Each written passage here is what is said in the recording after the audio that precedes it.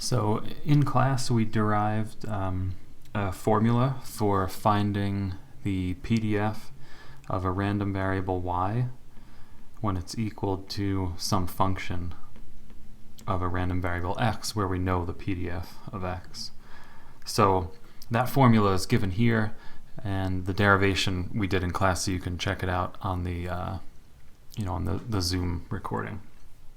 So the goal of this video is to work through an example of using this formula to find the PDF of a random variable y as a transformation of x given a particular y and x. So here we see we're starting out with an x that's uniform 0, 1, and the transformation is a g of x, which is 1 minus x. So we ultimately want to find the PDF of y.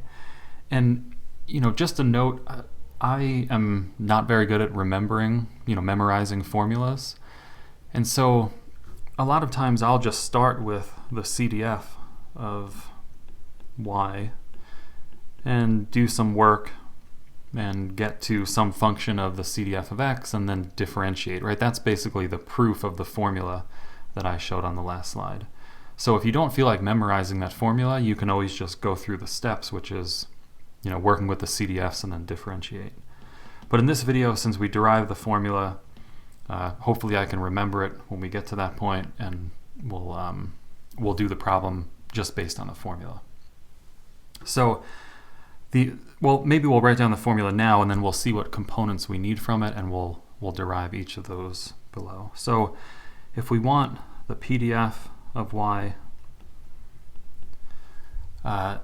that's equal to the PDF of x, where we plug in the inverse of g of y, and then we need to multiply by the absolute value of the derivative of the inverse of g of y, and that derivative is with respect to y.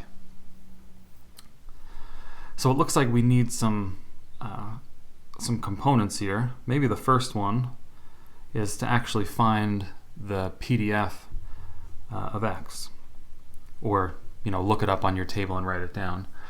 So that PDF f of x, we'll write it just in terms of x here, and then once we find the inverse of g, we'll plug that in.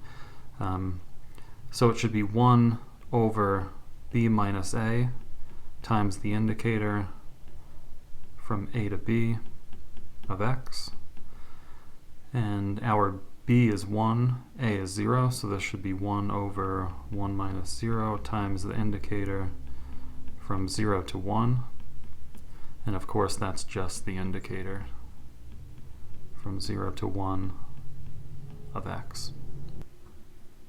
Now another thing we need is the inverse of g, and so if we have our y is equal to 1 minus x, right, that's our relationship between y and x, then we can get, so just doing a little bit of algebra, we could have y minus 1 is equal to negative x, and that implies that x is equal to 1 minus y, and that is our inverse function. So that's the inverse, and then if we wanted the derivative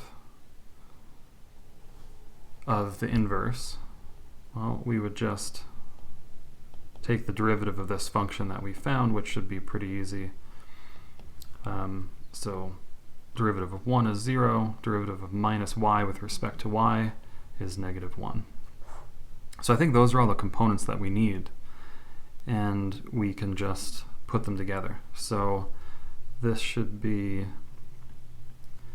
let's see, f of x is just the indicator function on 0 to 1, and then wherever we see an x, we need to plug in the inverse of g of y.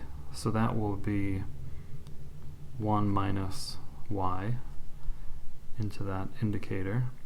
And then we need to multiply by the absolute value of the derivative of the inverse of y, which we found to be -1. Alright, so that's pretty easy. The absolute value of -1, we get 1, so we don't have to include that anymore.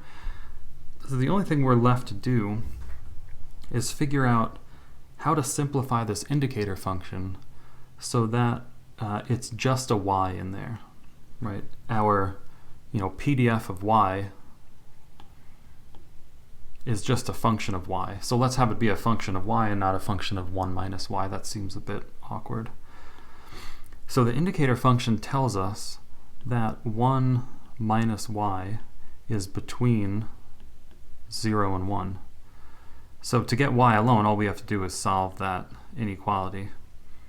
And so we could subtract off a 1, we'll get a -1 is less than or equal to -y less than or equal to 0.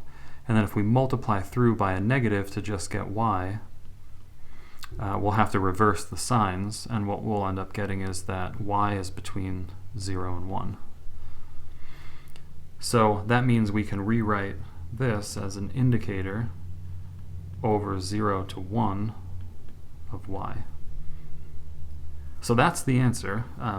This is the PDF of y, and oftentimes I'll ask you to identify that PDF as some known distribution.